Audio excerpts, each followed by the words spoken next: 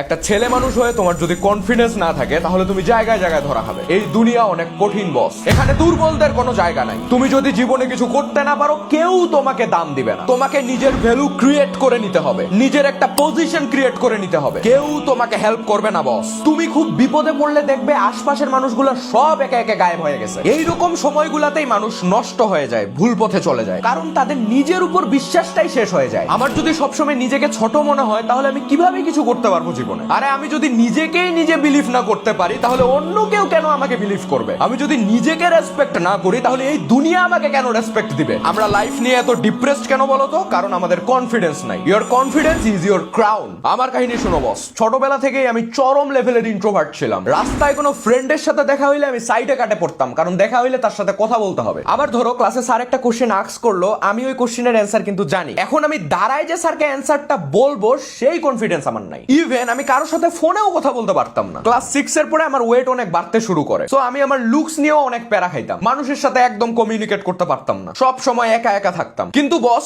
ওই আমি আর এখনকার আমির মধ্যে অনেক পার্থক্য। যেই ছেলে একটা নর্মাল কথা বলতে ভয় পাইতো, লজ্জা পাইতো, সে এখন মাস্টারবেশন নিয়ে কন্টেন্ট বানায়। This is confidence. এখন আমি যে কারোর সাথে কথা বলতে পারি, চোখে চোখ রাখে। আমি নিজের উপর বিশ্বাস করি। এই বিশ্বাস আমাকে প্রত্যেকটা দিন আরো হার্ড ওয়ার্ক করার সাহস জোগায়। আমার জীবনেও অনেক বাজে সময় আসছে, অনেক খারাপ দিন গেছে, কিন্তু ওই সময়গুলো পার করে শুধুমাত্র আল্লাহর উপর বিশ্বাস রেখে আমি আবার নিজেকে রিবিল্ড করতেছি। I trust myself, I trust my dreams. তো আজকে আমি তোমাকে বলবো আমি কিভাবে লাইফে কনফিডেন্স গেইন করছি। আমি আমার স্টোরি শেয়ার করব ইনশাআল্লাহ। ভিডিওটা পুরোটা দেখবে, this will be life changing ইনশাআল্লাহ। এর পরের ভিডিওটা করতে চাচ্ছি ফিজিক্যাল ট্রান্সফরমেশন নিয়ে বস, যে তুমি কিভাবে শত ব্যস্ততার মাঝেও ফিট থাকতে পারবে। ওই ভিডিওটা চাইলে কমেন্টে লিখো বস।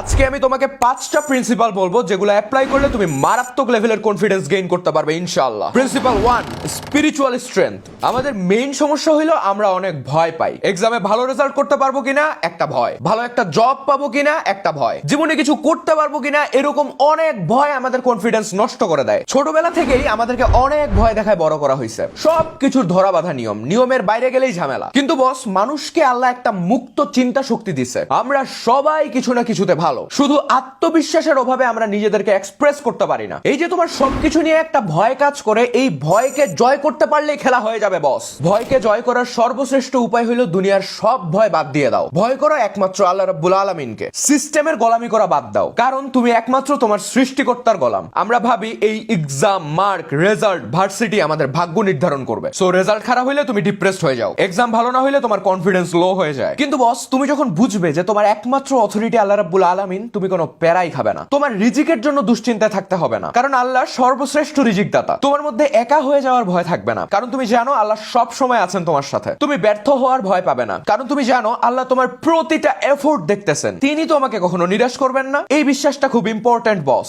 বেশিরভাগ মানুষ জীবনে কিছু করতে পারে না কারণ তাদের ধৈর্য নাই। আল্লাহ তোমাকে জীবনে অনেক কঠিন পরিস্থিতির সম্মুখীন করবেন। অনেকে এই সময়গুলোতে ধৈর্যহারা হয়ে পথভ্রষ্ট হয়ে যায়, কিন্তু তুমি যদি সবসময় এই বিশ্বাস রাখো যে আল্লাহই উত্তম পরিকল্পনাকারী, তাহলে তুমি কখনোই জীবনে ডিপ্রেসড হবে না। আমার জীবনে এরকম অনেক সময় আসছে যখন মনে হয়েছে যে সব ছেড়ে চলে যায়, কিন্তু আমি চেষ্টা করছি এই কঠিন মুহূর্তগুলোতেও নামাজ ঠিক মতো পড়ার, আল্লাহর দ্বারস্থ হওয়ার। এই নামাজ আমাকে সব থেকে বেশি হেল্প করছে উঠে দাঁড়াইতে। তুমি যখন নামাজ পড়তেছো, তুমি তখন এটা জানতেছো যে আল্লাহ তোমাকে যেই কাজে দুনিয়াতে পাঠাইছে সেই কাজ তুমি করতেছো। সো তোমার লাইফের মেইন কাজটা ঠিক আছে, বাকি সবকিছু তখন অপশনাল। দেখবে যে কি অদ্ভুত একটা কনফিডেন্স চলে আসতেছে সবকিছুতে। যে কোনো বিপদে পড়লে মন থেকে এই বিশ্বাস চলে আসবে যে আরে কোনো প্যারাই নেই, আল্লাহ এই বিপদ দিয়ে আমাকে পরীক্ষা করতেছেন। তাই বস, সবার আগে আল্লাহর কাছে নিজেকে আত্মসমর্পণ করে দাও। আল্লাহর কাছে নিজের দুর্বলতাগুলো বলো। আমরা মানুষের সামনে নিজেদের দুর্বলতা প্রকাশ করে দেই। আরে মানুষ তোমার দুর্বলতাগুলো জানলে তোমাকে হেল্প করবে না, বরং তোমাকে আঘাত করার আরো বেশি সুযোগ পাবে। তাই বস, সৃষ্টিকর্তার সাথে সম্পর্কটা আরো স্ট্রং করো। তিনি চাইলে সব সম্ভব। প্রিন্সিপাল 2,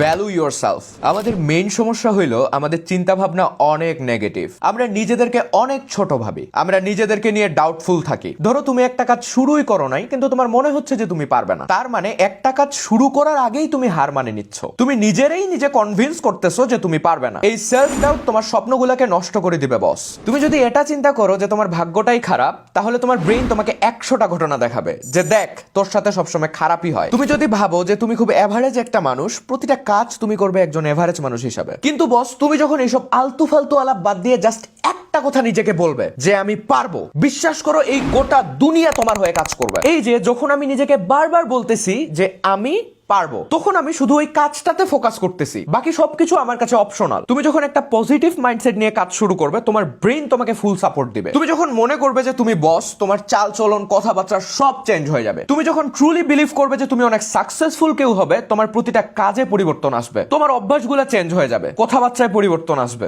এটাই science boss. You become what you think, because your thoughts control your actions and your actions shape your destiny. তাই বস, নিজেকে কখনো ছোট ভাববে না। তুমি নিজেকে ছোট ভাবলে এই গোটা দুনিয়া তোমাকে টানে হিচড়ে আরো নিচে নামাবে, কিন্তু তুমি যদি নিজেকে কিং ভাবো, এই দুনিয়ার একটা মানুষের ক্ষমতা নেই যে তোমাকে থামাবে। ইউ উইল বি আনস্টপেবল ইনশাআল্লাহ। Principle 3, crush the fear. তোমার মানুষের সাথে কথা বলতে ভয় লাগে, যতক্ষণ না তুমি মানুষের সাথে চোখে চোখ রাখে কথা বলতে পারবে, এই ভয় কখনো যাবে না। তোমার পানিতে নামতে ভয় লাগে, যতক্ষণ না তুমি পানিতে নামবে, এই ভয় যাবে না। তুমি অনেক দিন থেকেই একটা ইউটিউব চ্যানেল খুলতে চাচ্ছ, কিন্তু মানুষ কি ভাববে, তোমার ফ্রেন্ডসরা কি ভাববে, এই ভয়ে তুমি তোমার প্রথম ভিডিওটা দিচ্ছ না। যতদিন না ফার্স্ট ভিডিও আপলোড করবে, ততদিন এই ভয় যাবে না বস। আবার ধরো তোমার ফ্রেন্ডরা মিলে তোমাকে নিয়ে ফান করতেছে, তুমি যতদিন না এর জবাব দিবে, ততদিন ওরা মজা নিতেই থাকবে। তাই বস, যেটা ভয় পাও সেটার মোকাবিলা করতে শিখো। পালায় বেড়ানো একটা পুরুষের কাজ হতে পারে না। আমরা সবাই ওয়েট করি যে অমুক সময়ে যায় সব ফিক্স করে ফেলবো। আমরা ওয়েট করি যে যখন মোটিভেটেড ফিল করব তখন কাজ শুরু করব। আমরা চাই সবসময় একটা কমফোর্ট জোনে থাকতে।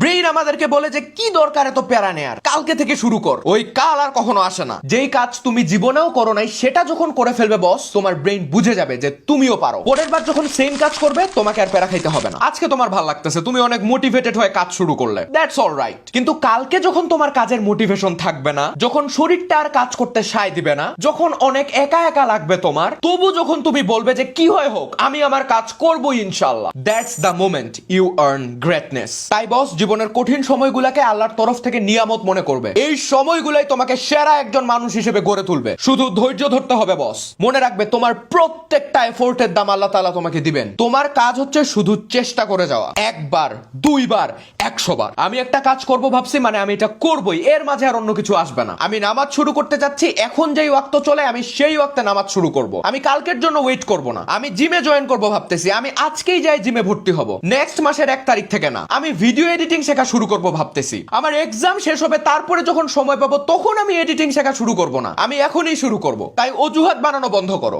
যা করতে চাও আজকেই শুরু করো, এখনই শুরু করো। কারণ তুমি যত দেরি করবে, তোমার ব্রেন সেই কাজ না করার তত বেশি অজুহাত খুঁজে বের করবে। Principal 4, upgrade yourself. আমরা বেশিরভাগ মানুষ কথা বলতে পারি না, কারণ আমাদের বলার কিছু থাকে না। ধরো তোমার ফ্রেন্ডসরা এআই নিয়ে কথা বলতেছে, এখন এআই নিয়ে তোমার তেমন কোনো ধারণা নাই, তুমি জাস্ট ওদের কথা শুনেই যাচ্ছ, কিছু বলতে পারতেছো না। তাই যত পারো নলেজ গেইন করো, বই পড়ো, পডকাস্ট শুনো, ইউটিউবে ভালো কন্টেন্ট ক্রিয়েটরদের ফলো করো। তোমার যখন নলেজ বাড়বে, তোমার অনেক চিন্তা ভাবনায় পরিবর্তন আসবে। এই নলেজ তোমার ডিসিশন নেয়ার ক্যাপাবিলিটি চেঞ্জ করে দিবে। আবার ধরো তুমি অনেক স্কিলফুল একটা মানুষ, তুমি ভিডিও এডিটিং পারো, তুমি গ্রাফিক্স ডিজাইনিং পারো, বিজনেস নিয়েও তোমার আইডিয়া আছে, এআই এর রেগুলার আপডেট গুলো তুমি দেখতেছো। এই যে স্কিল, এই স্কিল তোমাকে বাকিদের থেকে আলাদা করবে। তোমার বয়সী পোলাপান যা ইচ্ছা তাই করে বেড়াচ্ছে, অশ্লীলতায় ডুবে আছে, কিন্তু তুমি এগুলা থেকে দূরে যায় নিজের স্বপ্ন পূরণের জন্য হার্ড ওয়ার্ক করে যাচ্ছ। এইটাই তো মারাত্মক একটা মোটিভেশন। এইটা তোমার কনফিডেন্স কোন লেভেলে বাড়ায় জাস্ট দেখিও। আবার ধরো তুমি পাবলিক স্পিকিং এ অনেক প্যারা খাও, এখন কালকে তোমাকে একটা স্পিচ দিতে হবে, তুমি আজকে 10 বার, দরকার হলে 20 বার, দরকার হলে 100 বার ওই স্পিচ প্র্যাকটিস করবে। এখন তুমি জানো যে তুমি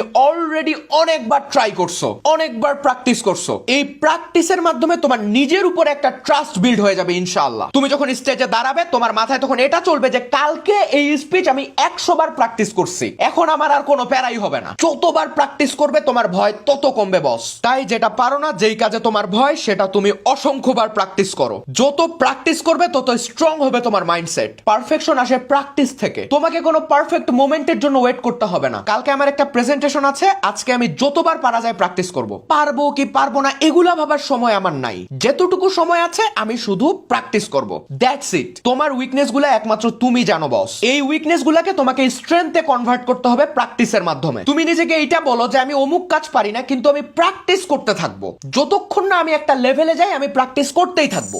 that's the spirit. Principal 5, train hard. আমি এইচএসসি তে পড়ার সময় প্রথম জিম শুরু করি। অনেক দিন থেকে প্ল্যান ছিল যে জিম শুরু করব, কিন্তু আমি নিজের লাইফ নিয়ে সিরিয়াস ছিলাম না। ভাবতেছিলাম যেমনে চলতেছে চলুক সব। কিন্তু একটা পর্যায়ে যায় আমি বুঝলাম যে অনেক দেরি হয়ে যাচ্ছে। আমি ওই সময় অনেক মোটা ছিলাম, এই ব্যাপারটা আমার কনফিডেন্স একেবারে শেষ করে দিচ্ছিল। তোমার ফিজিক্যাল অ্যাপিয়ারেন্স যদি ঠিক না থাকে তাহলে তুমি সব থেকে লো কনফিডেন্স ফিল করবে। এইচএসসির শেষের দিকে আমি খুব ডেডিকেটেডলি জিম শুরু করি, ডায়েট ঠিক করার ট্রাই করি। আমি লিটারালি সকাল 6টায় উঠে জিমে যাইতাম। ওই যে তখন শুরু করছি, এখন পর্যন্ত জিম কন্টিনিউ করতেছি। বিলিভ মি, এই জিম শুরু করার ডিসিশনটা আমার লাইফের একটা বেস্ট ডিসিশন ছিল বস। আমি কেন তোমাকে বারবার জিম শুরু করার কথা বলতেছি, কারণ এটা তোমাকে সম্পূর্ণ আলাদা একটা মানুষে কনভার্ট করবে। তুমি যখন ডেইলি ওয়ার্কআউট করতেছো তখন তুমি একটু একটু করে নিজেকে ডেভেলপ করতেছো। দেখো বস, আমরা আমাদের লুকস নিয়ে অনেক হতাশায় থাকি যে আমি তো দেখতে ভালো না। এখন কথা হচ্ছে, তোমার চেহারা তো তুমি চেঞ্জ করতে পারবে না, কিন্তু তোমার ফিজিক চেঞ্জ করতে পারবে। তুমি একটা ভালো শেপে আসতে পারবে। এই জিম তোমাকে একটা জিনিস দিবে বস, প্রুফ।